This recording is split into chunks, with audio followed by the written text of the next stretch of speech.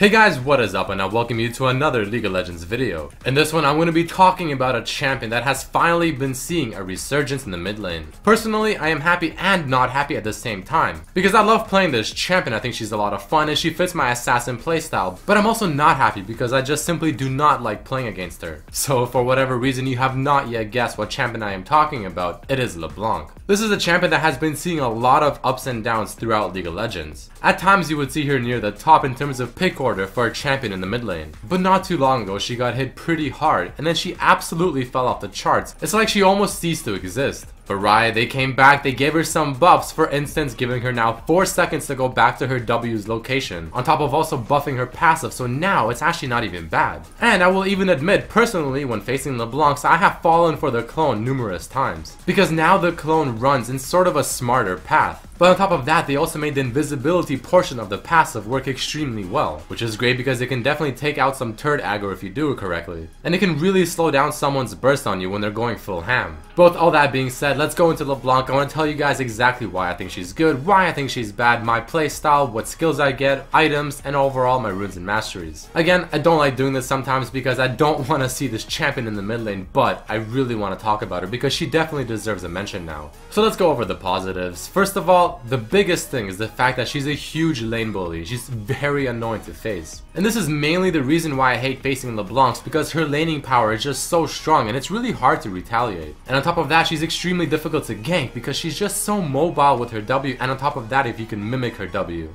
The next point is something I already talked about, the fact that now she has 4 whole seconds to go back to her W's location. Now that might not seem so much, but every single second matters in a teamfight, and 1, 2, or even 3 seconds in a teamfight feels a lot longer than it normally does. So the amount of juke potential that LeBlanc now has, especially if you mimic her W on top of using the W itself, is quite absurd, which relates to the last point I have on that list. Next, you have her passive also, like I mentioned, is actually pretty good now. A lot of chances to juke out the opponent, mess up the abilities that they're casting on you, especially if they're targeted. And overall, it's a lot easier to fall for the clone, unless you have some sort of ignite or some sort of marker on the main LeBlanc.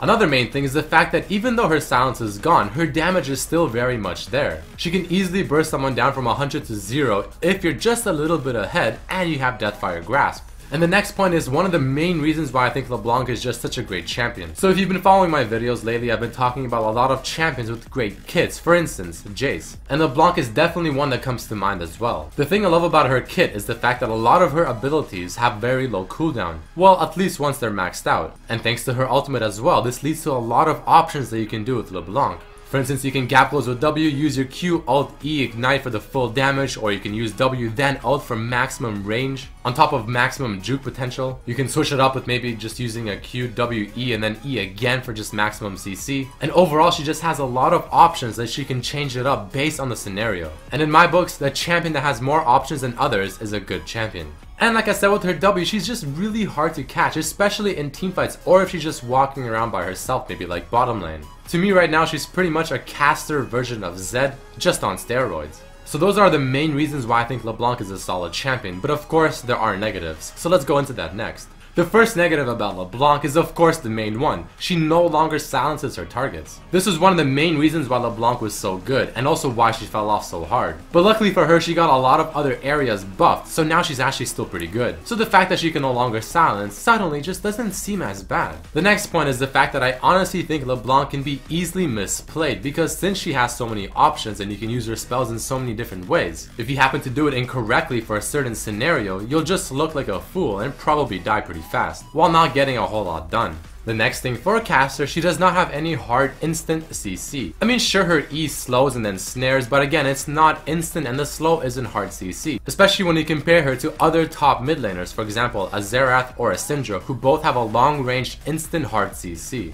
Farming is a huge problem with this champion if you're not used to it, which is why usually I actually max W first, and so do a lot of other people, to try and help this. And the reason for that is mainly because her auto attack animation is so-so, and she doesn't have the biggest AoE. I mean, her W is pretty good, but it's pretty long cooldown until it's maxed rank. And the final thing is the fact that she is a mid-range caster. She has to go into the fight pretty much melee range to try and do a lot of her damage, as opposed to one of the more annoying mid laners like a Xerath or Syndra, who can sit back and fire off their spells from quite a distance. Next, I'll talk about my build. For abilities, I get W level 1, then Q, and then either E or W, doesn't really matter, depending on how lucky you feel. But from then on, I do max W first to rank 5, then Q, and then E. Again, because it helps with the wave clear and it helps with the juking. For masteries, I go a pretty standard 2109 for LeBlanc, not much to see here, so pause the video if you need to. And for runes, I really like to run Magic Pen Reds, Flat HP Yellows, Flat AP Quints, and AP per level Blues. To me, LeBlanc is a very offensive champion, someone who should go in, do damage, and get out before taking too much in return. And to complement that, I like to go on offensive rune page.